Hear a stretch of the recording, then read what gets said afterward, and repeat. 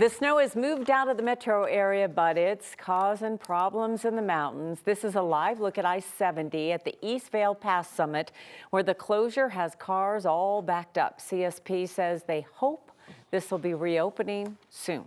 Highway 285 is also closed between Willard Street and Geneva Creek because of the conditions. That's a stretch between Fairplay and Bailey, so it is rough in some of those locations. Yeah, it's so cold, Kathy, in so many areas. You know, that freezing rain. Yep, you got your icicle right there. Taller than you. That's my prop, and that's saying something. Yeah. The commute this morning was difficult. We talked about this last night. We were fearful that the ice glaze, the freezing fog was going to be a problem, even though the snow was light, and that held true in many areas that saw issues for the morning drive are still seeing issues this afternoon. But if you look real close, there's some blue sky in there. That's right. We're starting to say goodbye to this storm. An easier drive home tonight. No weather issues yet. And up in the high country, we've still got some good snow coming down. Once you get up there, getting into that powder is going to be amazing. For Denver, we're into the 50s with sunshine tomorrow. Don't forget daylight saving time this weekend. Spring ahead. Steve, you're going to lose an hour of sleep this weekend because we're springing ahead. Sorry. 31 in Denver today. That high temperature is 20 degrees colder than average, but it all changes tomorrow as high pressure builds in and we say goodbye to this system that brought some pretty good mountain snow. Snow moving out from north to south, drier air working in. Still seeing some scattered snow showers evergreen down to Colorado Springs into Canyon City and Pueblo. The winter weather advisory out for the southern part of the state cancels out at 5 o'clock. You are going to wake up to sunshine tomorrow, a beautiful day, a warmer day, and temperatures over the next few hours will be chilly if you're walking to dinner or I don't know, do you have outside happy hour when it's 35 degrees? Maybe some of you do. I'll have a warmer weekend forecast coming up in just a bit. All right, Kathy, thanks. An internal investigation into a DNA scientist at CBI says her work over 30 years is in question. The agency says Yvonne Missy Woods tampered with results and more than 600 cases have been impacted. 9 News crime and justice reporter Kelly Rinke is joining us. You've been following this for some time. So now do we see cases that are reopened, re-examined? What happened? Yeah, that's the biggest question, right? A defense attorney today told me he's already preparing to potentially appeal cases. We're talking about DNA work over decades from an analyst who was considered the gold standard in her field. The agency believes she intentionally manipulated data. CBI says an internal investigation found Yvonne Missy Woods omitted facts and tampered with results. From 2008 to 2023, CBI found more than 650 cases that have been impacted. Could be more since they're still reviewing cases all the way back to 1994. District attorneys at this point don't know specifics, so they say the true impact on those cases is unknown. It's a ton of work and it's deeply frustrating. These are cases that we have already worked hard on to secure convictions. And it requires us now to not only review those cases and determine whether or not they need to be relitigated in any way, it means calling victims and victims' families. That was District Attorney Brian Mason in Adams County. CBI's review found she didn't make up DNA matches. Instead, they say she cut corners by erasing data. Woods' attorney says his client maintains her work resulted in true and just findings. I mean, the first question I have, Kelly, is why would she do this? Other than, you know, cutting quarters, I guess just being lazy, is there a motive in this? It hasn't explained. All we got was a press release today. We're trying to get a copy of that internal affairs report to also find out why did they start looking into her. Still unknown. There's still a criminal investigation that is separate from this internal one, so still a lot more information that has not been released. Yeah, wild to think about all the people that could be in jail because of her, all the families who don't have the right outcomes because of a lot of questions. A lot of questions. Yeah. Kelly, we're glad you're on it. Thank you. Denver's DA says more charges could be on the way for a former funeral director accused of keeping a woman's body in a hearse in his backyard for a year and a half. They hinted at that during a hearing this morning for Miles Harford.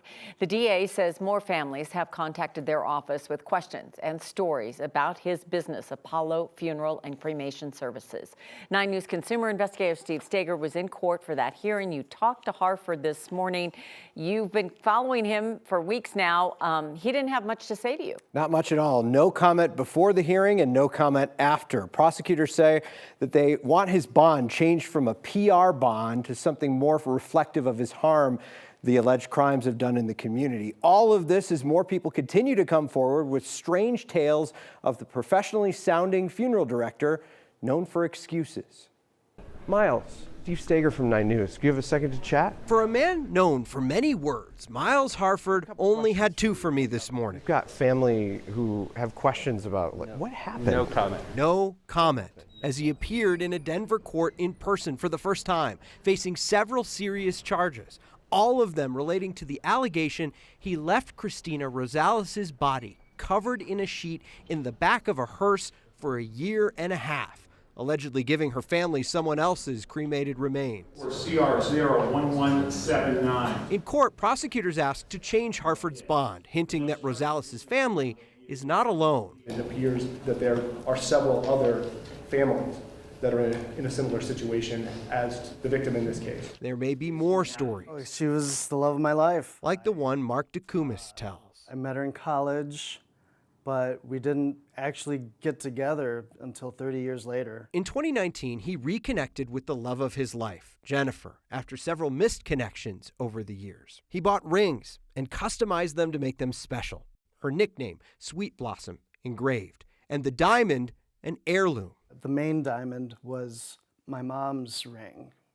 After 50 years of marriage, my dad had passed away. They had 2 years of bliss, We just eloped up in Avon, ending in heartbreak. and then she passed away a year later. In the summer of 2021, DeCumis contacted Apollo Funeral Home to handle Jennifer's remains. He had no concerns until he realized Harford never gave him those rings. I would email or text, and he either wouldn't respond or respond in a few days with another excuse like, oh, I was in a car wreck, sorry, I had a medical procedure, sorry. And this went on for months. 5 months, in fact, until one day Harford told DeCumis the rings were cremated along with Jennifer and pulverized with her ashes. I was on the floor crying.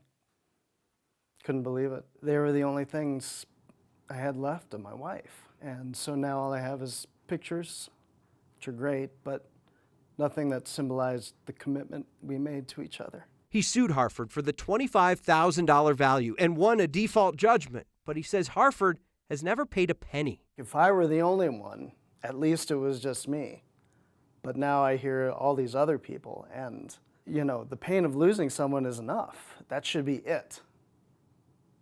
That should be the pain that you go through, not the pain of dealing with some guy who's messing with remains. Back in court, the judge, acknowledging more charges may be coming, refused to change Harford's bond, releasing him on his own recognizance. And the man known for his excuses had none on his way out the door. Do you have any comment to the families who have questions? I have no comment right now.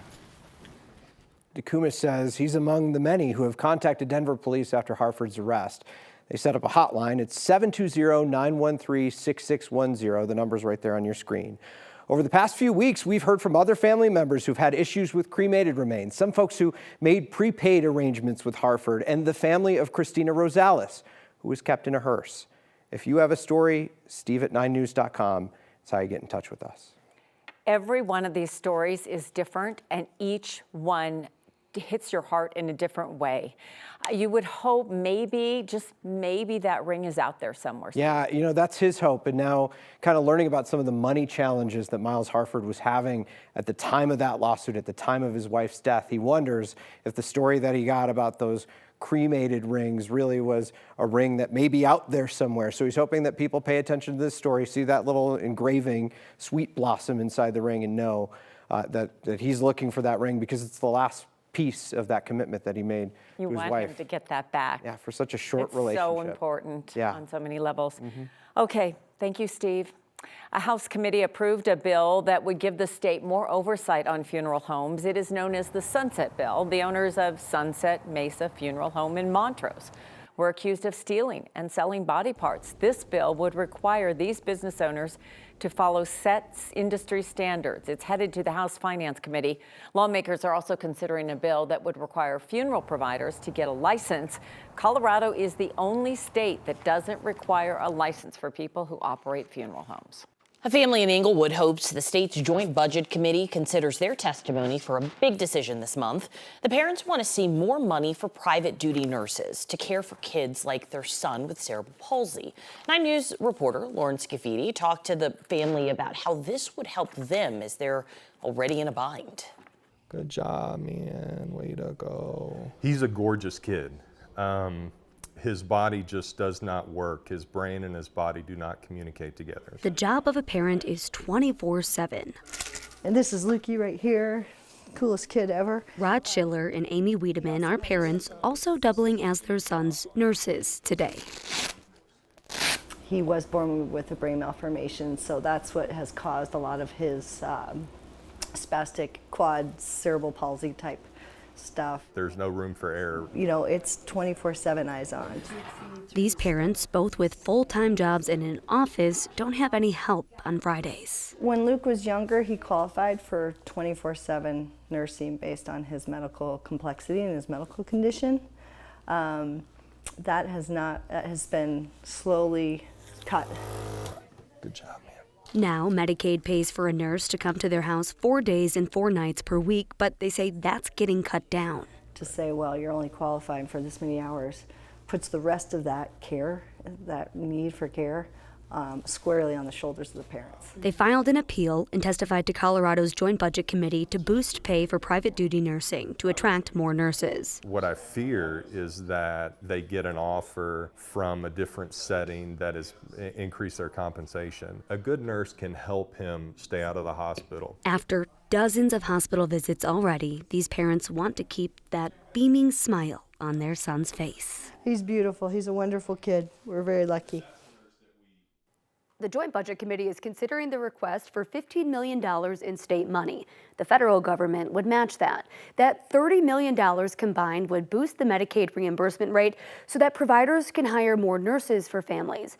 The Joint Budget Committee will consider this motion again next week, then introduce their budget bills to the House of Representatives at the end of the month, and then, of course, follow the formal process from there.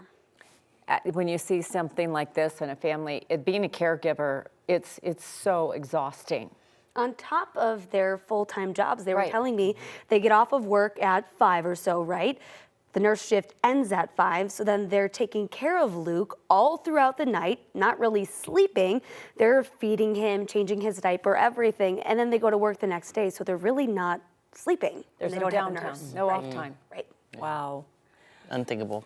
Okay, well, hopefully the money comes through. I mean, the nurses are in high demand in every way, shape, and form, but we got to think about these kinds of families and situations. Yeah, so we'll see what happens in the next couple of weeks, and then this will be set for the next fiscal year, starting in July.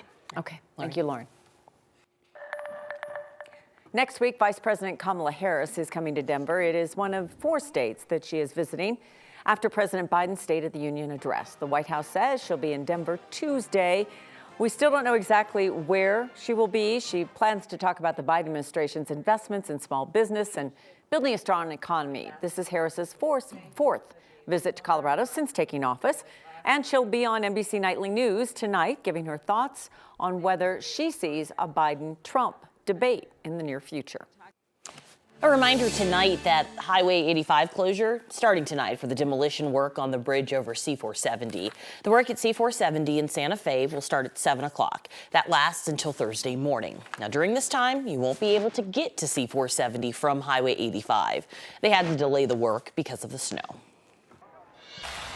Okay, this is good news coming from the Broncos today. They've reached an agreement with wide receiver Tim Patrick on a 1-year deal. He was one of the team's very best receivers in the 2020-21 season.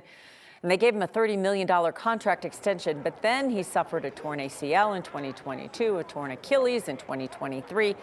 Even though he hasn't played for the last couple of years, the team wants to give him another year, and let's hope we get big things from him. He's very good.